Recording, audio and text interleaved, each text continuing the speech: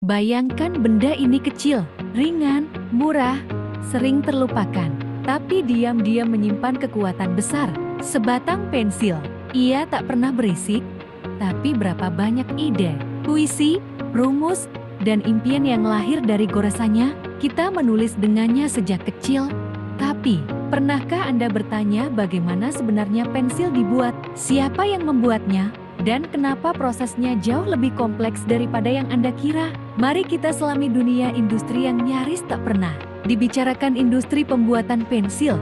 Sebatang pensil memang terlihat sederhana, tapi proses pembuatannya melibatkan serangkaian tahap industri yang presisi. Semuanya dimulai dari bahan utama grafit. Bukan sembarang grafit. Grafit alami ini ditambang dari tempat-tempat tertentu di dunia, seperti Sri Lanka atau Brasil. Setelah ditambang, grafit digiling, dicampur dengan tanah liat, dan dipanaskan dalam suhu tinggi agar menghasilkan tingkat kekerasan yang diinginkan. Kombinasi tanah liat dan grafit inilah yang menentukan apakah pensilmu lembut atau keras HB, 2 bit, hingga 6H. Tahukah kamu bahwa tidak semua kayu cocok untuk pensil? Jenis kayu terbaik biasanya adalah cedar California karena lembut, mudah dibentuk, tapi tetap kuat.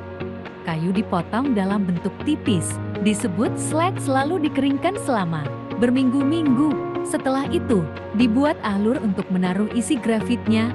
Selanjutnya, isi grafit diletakkan pada slat kayu yang telah beralur, lalu ditutup dengan slat kedua seperti sandwich. Slat ini kemudian ditekan, dilem, dan dibiarkan mengering. Baru setelah itu dipotong menjadi bentuk silinder atau heksagonal yang biasa kita lihat. Setiap potongan itu lalu diproses lagi, diamplas, dicat, dipernis, dan bahkan diberi logo merek. Lalu bagian favorit banyak orang, penghapus. Satu penghapus kecil di ujung pensil memerlukan cincin logam verial yang harus dipasang presisi. Penghapus sendiri biasanya terbuat dari karat sintetis yang sudah dicampur bahan abrasif ringan agar bisa menghapus grafit tanpa merusak kertas. Di pabrik-pabrik besar seperti Faber-Castell, Staedtler, atau Dixon, satu lini produksi bisa menghasilkan hingga 600,000 pensil per hari, dan semuanya harus lulus uji kualitas. Tidak boleh ada isi yang patah, kayu yang retak, atau penghapus yang longgar. Sebatang pensil bisa menulis sepanjang 56 km. Rata-rata, satu pohon cedar bisa menghasilkan lebih dari 300.000 batang pensil. Ada pensil khusus untuk digunakan di luar angkasa. Dan yang paling menarik, meskipun dunia beralih ke digital, industri pensil masih menghasilkan miliaran unit per tahun.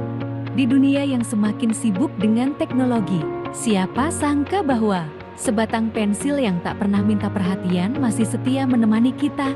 Ia hadir dalam ruang kelas, ruang kerja, studio seni, bahkan di saku tukang bangunan.